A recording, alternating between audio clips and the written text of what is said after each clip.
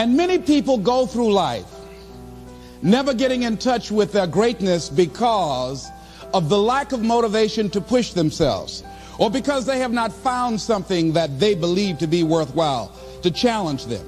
That many talented persons have gone unnoticed, and the world never had a chance to be exposed to their talent because that person did not take the time to begin to express or to demonstrate or to motivate themselves in the direction to bring that which they came into the universe to bring. Many people will leave the universe without a trace. No one will know they were here. And in fact, under their name, we could put under there, not used up. Will anybody know that you came this way?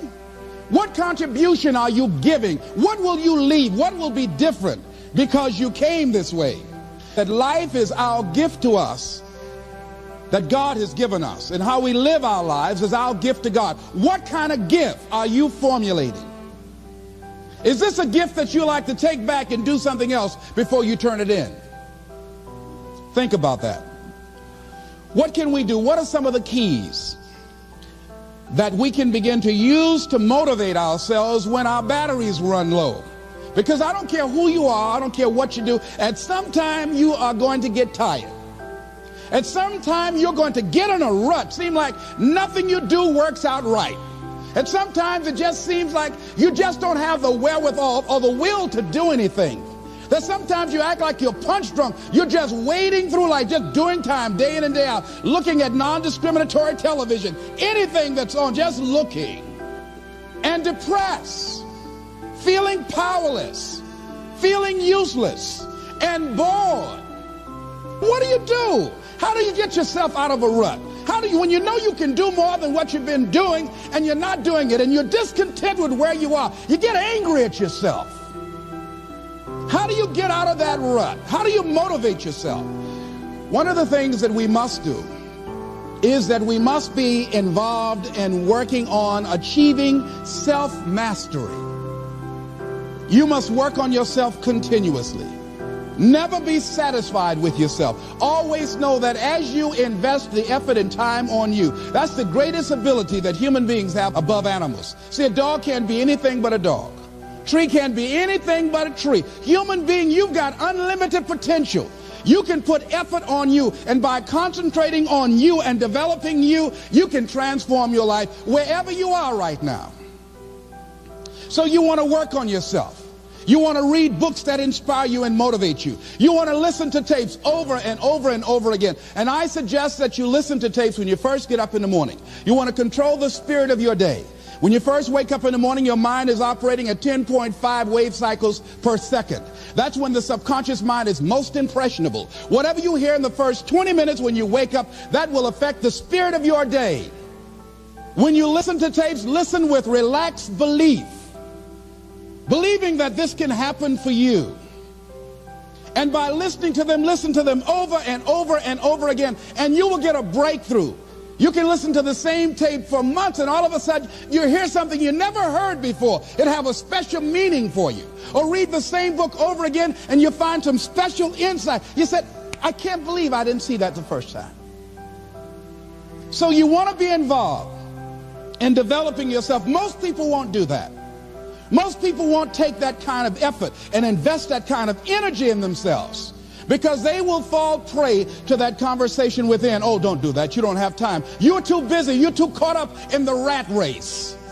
Most people won't do that. Well, they won't take time to go to lectures. They won't take time to go to seminars. They won't take time to go to classes to improve themselves. And as you continue to work on yourself, you will begin to expand your vision of yourself. You begin to work towards self-mastery. And you will begin to see it reflect itself in all the dimensions of your life, your mental life, your physical life, your social life, in your relationships, your monetary life. So concentrate on developing yourself. Because if you don't, I guarantee you that you will make a settlement. And most people have. And most of us already have. What kind of settlement have you made with your life? Many of us are making in-life settlement. We're settling for less than what we actually deserve. We don't feel good about it, but we make it work in our minds. We'll come up with some kind of excuse to make it all right. What kind of settlement have you made with your life? Many of us settle for less than what we want out of relationships because we don't have the courage to change them. The next thing is, in order to begin to find some keys to self-motivation to drive yourself, in addition to working on yourself, and as you work on yourself, you feel good about yourself, and as you feel better about yourself, you treat yourself differently. Develop a health plan. See, you can't feel well and do well if you don't have good health. You can't perform if you don't have your health. Your health is valuable. Develop a health plan. A plan that you will follow, because this is the only vehicle that you have to carry you through this experience called life. And you want to take good care of it because you love you enough. You care enough about you. And that's not easy. It is not easy having a health plan and sticking to it. But you're worth it doing it again and again and again. Next thing is, as you take care of yourself, the next key is keys to motivation, to self-motivation. You want to live life with energy and passion. You want to make a conscious effort to be lively.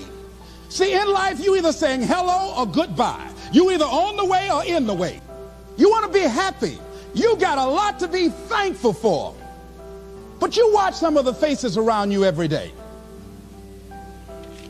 And I tell you, some of these faces, they will put you in a depressed state of mind. So you want to avoid these kind of faces. When you see them coming, turn your head. The things that you say to yourself, you want to watch them, and in watching them, you want to take charge. So you've got to learn to stand up to yourself inside yourself and short circuit, override that conversation that's always going on. 85% of what that conversation will tell you is negative. It's negative. It will tell you you're tired when you really are not tired. It will tell you you can't do it. It will fill you with fear. So you've got to watch that conversation. And when you find it going on, you've got to stand up to it and say, I'm going to do this anyhow. I'm afraid, but I'm afraid not to do it. And I'm not going to let you stop me. The biggest challenge that you will have in life is you. There's an old African proverb that says, if there's no enemy within, the enemy outside can do us no harm. The next thing that is a key to self-motivation is that you've got to ask yourself, what do I want out of life? What do you want out of life? What do you want out of a job? What do you want out of a career? What do you want out of a relationship? What do you want? What gives you your life? How will you know when you got it? What will make you happy? You need to know. You need to start asking yourself some questions. What do I really, really, truly want? You need to be exact about that. Don't be vague. Oh, I just want to be happy. That's too vague. What will make you happy? How will you know when you got it? Zero in on it. Be exact. Be specific. And as you do that, that will stimulate that superconscious mind, or the reticular activating system of your mind, that will begin to find those things, to identify with it. And once you begin to determine that which you want, take the time to write it down. Don't just think about it. Write it down. That is a subjective process that engages the subconscious mind. Write it down. Once you write it down, read it 3 times a day, morning, noon, and night. Why is that important? Because what it will do, it will cause you to focus. It will cause you to concentrate. When that other conversation is going on telling you what you cannot do, telling you all of the impossibilities and all of the obstacles, your concentrating will begin to create a larger vision within yourself, and you start looking for and seeing some new opportunities. You start creating some openings for yourself. As you begin to read that every day, day in and day out, that will make you focus. That will discipline your thinking. And you'll get all kind of creative ideas. As I talk to you right now, being involved in this immersion process, you're going to create some openings for yourself. You're going to get some ideas. You're going to feel your adrenaline flowing, and you're going to think about some idea you had. And you say, I want to go back and I'm going to look at that again from a different vantage point, not from the level of the problem or the obstacles that I encountered, but from a higher vantage point. Because what you will begin to see and to know as I talk to the higher consciousness within you, that you are powerful, that you are a miracle worker. And that inner conversation has conditioned you to believe that you are not. And as you begin to discover the truth of who you are, whatever challenge that you're facing in life, and if you're living, you're facing some challenge, you'll begin to know that you're powerful and that you're a miracle maker.